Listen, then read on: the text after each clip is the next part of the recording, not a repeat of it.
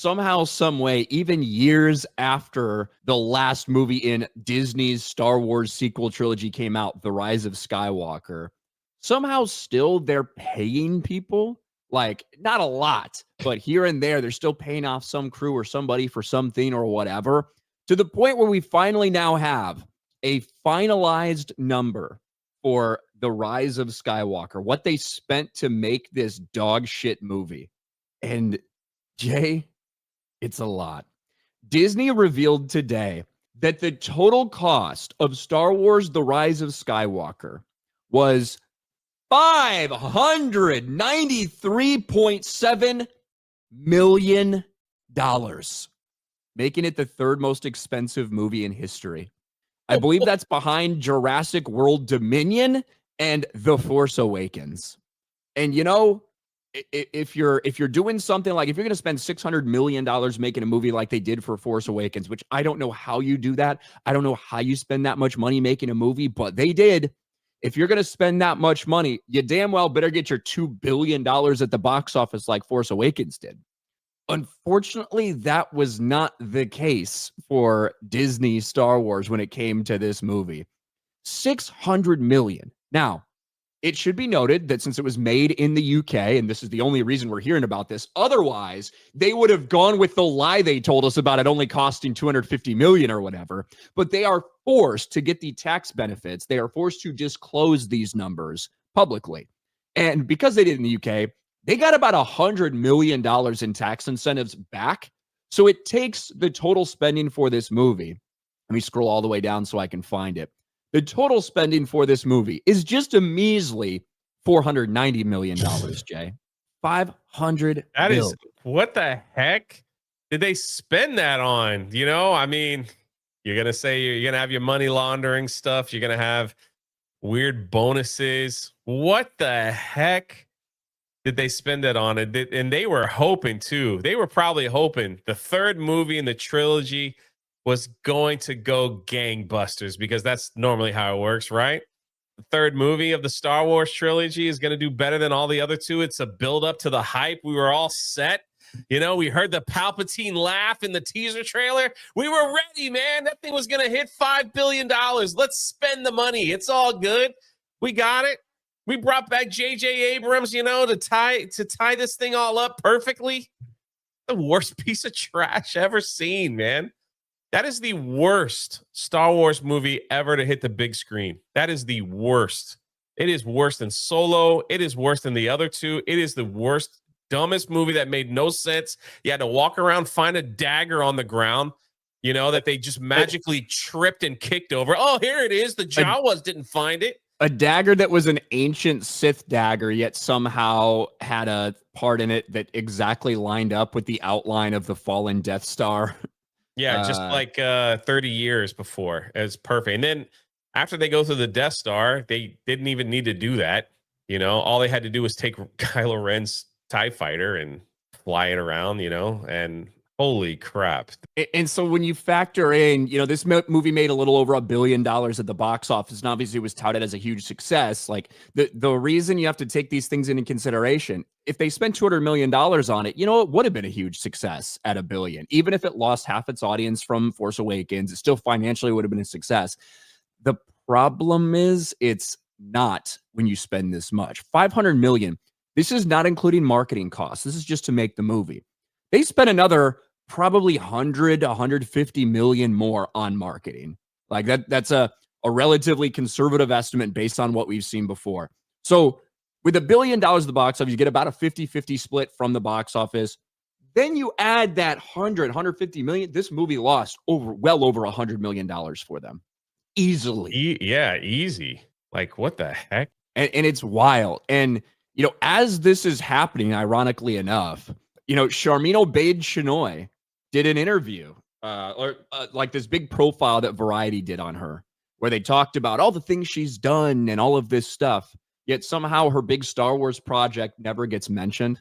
So obviously a lot of people are speculating, does that mean it's canceled? Does that mean it's done? Does that mean it's over? Blah, blah, blah. But the fact that it's been so long since it's been announced and they didn't even mention it in Variety's profile is interesting. But even when Disney doesn't put anything out for a while, or Disney Star Wars, they can't help but have something embarrassing happen. You know, they recently announced that there's a new book coming out called Legacy, which, again, stay away from that name, you fucking cocksuckers. There's already an awesome Star Wars story called Star Wars Legacy. Keep it out of your fucking mouths, Disney. Can't help themselves, man. But it's a book that takes place between Last Jedi and Rise of Skywalker, and it's all about Leia training Rey. Isn't that exciting, Jay? Don't you want to go pick that up and read that right now? It's wonderful. The books that have come out from Star Wars have just been fantastic. You remember the old Star Wars hotel? The Star Wars hotel to be a part of the new lore, so people might want to spend the $6,000 to spend the night there. I love that. They changed the story of Han and Leia, you know, all that. They changed some of the stories between Anakin and Padme just to fit the stupid Star Wars hotel, and they ended up closing it in a year. It's just, how do you take an IP that should be printing out money for you, hand over fist, like it's nothing, and totally, I mean, there should be studies on this, that you take an IP such as Star Wars and how to completely turn it into a brand that no one cares about. No one cares about your comics. No one cares about your books. No one cares about your hotel. No one cares about your movies. No one cares about this character. I didn't think they could ruin it that bad, but holy crap. They exceeded my expectations. No more Galactic. So actually, the reason why that made me think about it, there actually has been permits filed for complete and demolishment, like to demolish part of the Star Cruiser and rebuild that whole area. So that was kind of like, use it, right? They took a big tax write down. Yeah, essentially, so they wouldn't be able to use that for anything, really. So that's all they have to do. They have to, They've been using it for allegedly they've been using it for offices for creative and storage space or whatever. Yeah. Storage. So they couldn't like. That's why when people are like, are they going to turn it into a Guardians of the Galaxy? They couldn't, like, no, unless you wanted to not take that $200 or $300 million tax write down that they got from it. Right. They couldn't. Guardians of the Galaxy. Okay, James Gunn, we need you to build a hotel.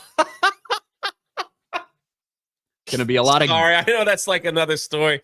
Freaking Star Wars, dude, man. Oh, Ryan, do you remember the days they could put the Star Wars name on just about anything and people would run to buy it? I remember it was 2015, Jay, and I hated that so many people liked what I thought was a dumb, retarded fucking movie. And I was like, I guess Star Wars isn't for me anymore. I mean, before that, it was like, it's Star Wars everything. We just ran to buy it. That's links. Well, for sure. But 2015 was very much proof that you could, at that point in time, with enough gap between movies, slap Star Wars on something. Oh, yeah. I get what you're saying. Correct. It's just sad you never went to the Star Cruiser, Jay. That you never got loaded in that fucking. I was trying to get in for van. I was trying to get in free. I talked to everybody that I knew that works at Disney, everybody on a regular basis. And remember there was one time where this guy thought that he could get me in for free. Remember, didn't I contact you? I was like, hey man, would you like to go? Like, I think we could get in for free. I remember I texted you about it and he couldn't do it because they were going to close it.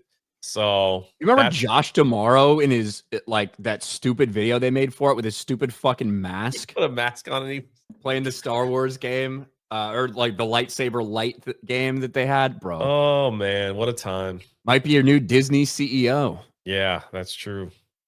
It's gonna be crazy if he becomes a CEO because of how fed up people are with the theme parks right now. He's just as bad as we saw him get fucking booed. Yeah. He's just as bad as Iger. That was the last. I don't know if that was D23 or what. I forget what it was, but the last time he gave that presentation about the theme parks, he got booed. Oh yeah. Not happy at all. And that's the dude who's supposed to become the next Disney CEO. The guy who they're already unhappy with what he's done to the parks. Go for it.